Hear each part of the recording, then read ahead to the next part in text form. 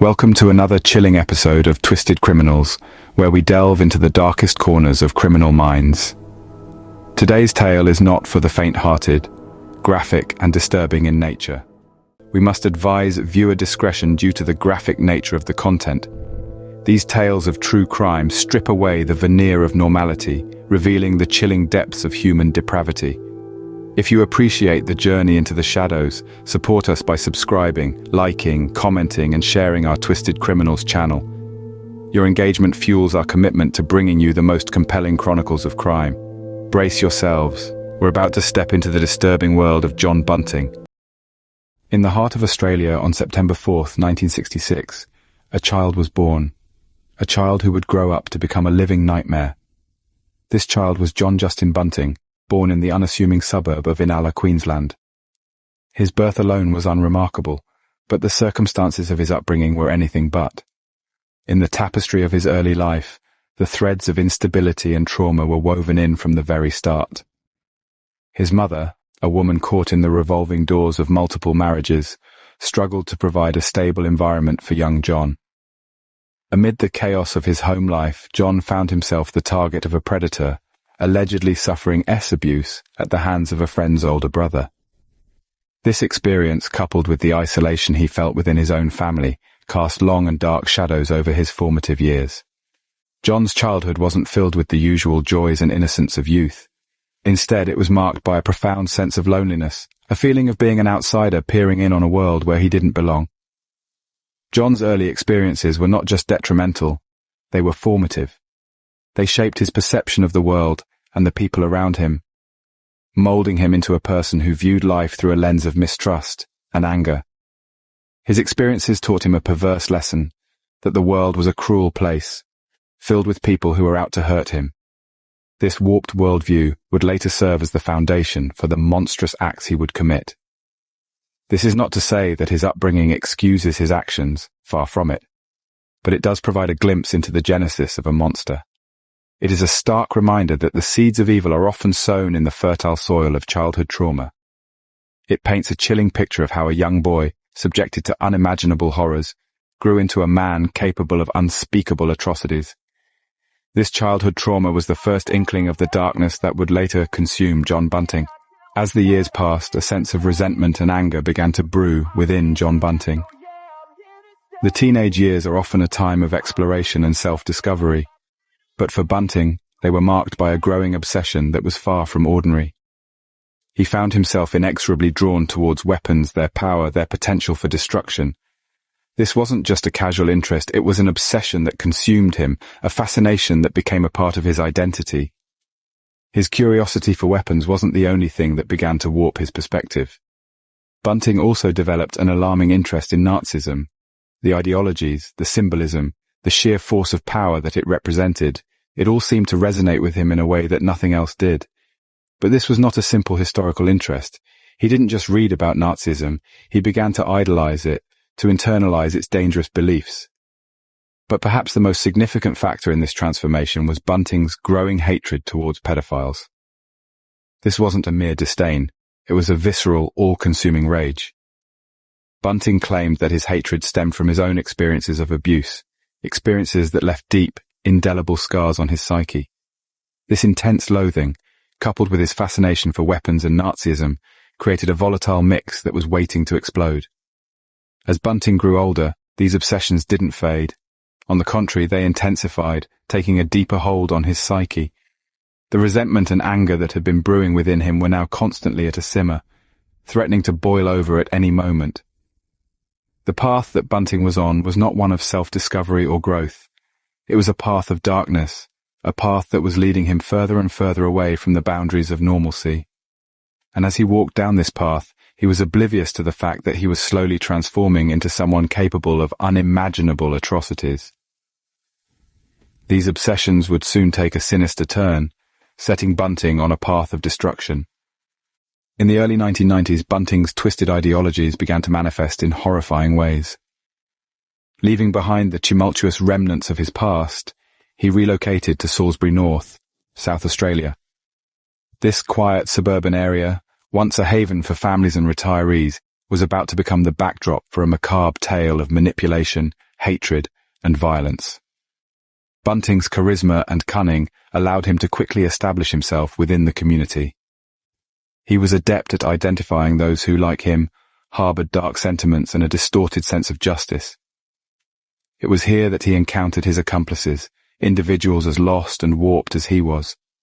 Among them were Robert Wagner, a man with a troubled past and a predisposition for violence, Haydon and Jamie Vlassakis, a young impressionable teenager who would become Bunting's protege. Together, they formed a perverse fraternity, bound not by blood or friendship, but by a shared disdain for those they deemed unfit for society. Their targets were the vulnerable, the marginalized, those who couldn't fight back. They saw themselves as vigilantes, ridding their world of what they perceived as filth. Their campaign began slowly, almost tentatively. Initially, their actions were confined to acts of vandalism and petty theft. But as they became more confident, their brutality escalated. Their hatred, once simmering under the surface, began to boil over, ultimately leading to the unthinkable, murder. Bunting, with his hypnotic influence and sadistic tendencies, was the ringleader. He orchestrated their activities, providing the ideological fuel for their violent rampage. He was the puppet master, pulling the strings, guiding his marionettes down a path of destruction. The stage was set for a reign of terror that would shake Australia to its core. Little did the residents of Salisbury North know, their seemingly peaceful neighbourhood was about to be thrust into the national spotlight, forever associated with one of the most chilling crime sprees in the country's history. From 1992 to 1999, Bunting and his gang unleashed a wave of terror that would leave a lasting scar on Australia's history. This was not your everyday crime spree. It was a calculated campaign of horror, meticulously planned and ruthlessly executed. The reign of terror was marked by 12 gruesome murders, each one more chilling than the last. John Bunting, the puppet master of this dark orchestra, was not a man who killed out of necessity. No, he was a man who killed out of a twisted sense of righteousness, a man who believed he was cleansing society of those he deemed unworthy. His victims were not random, they were carefully chosen, individuals who lived on the fringes of society, the vulnerable, the marginalized, those who wouldn't be missed immediately. This was a strategic move, allowing Bunting and his gang to operate undetected for years. Each murder was different, yet all bore the hallmark of Bunting's sadistic mind.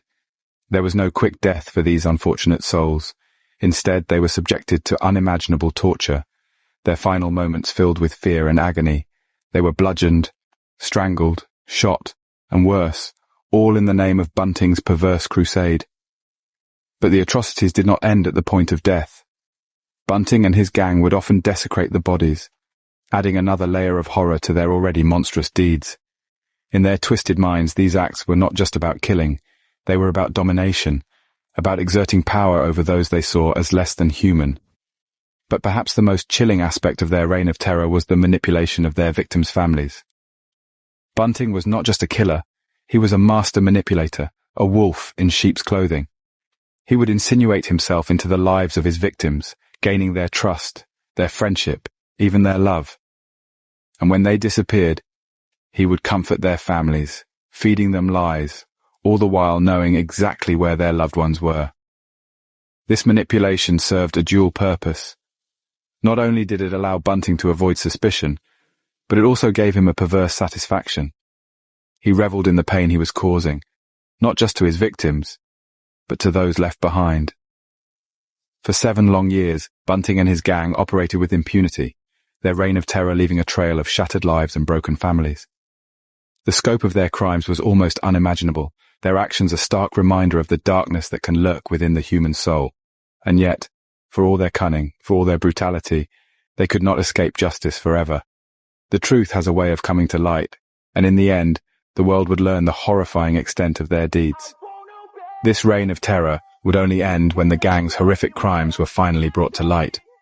In May 1999, the horrifying truth behind the disappearances in Salisbury North came to light. The peaceful town of Snowtown, South Australia, was shocked as the police unearthed 8 dismembered bodies from barrels hidden in a disused bank vault.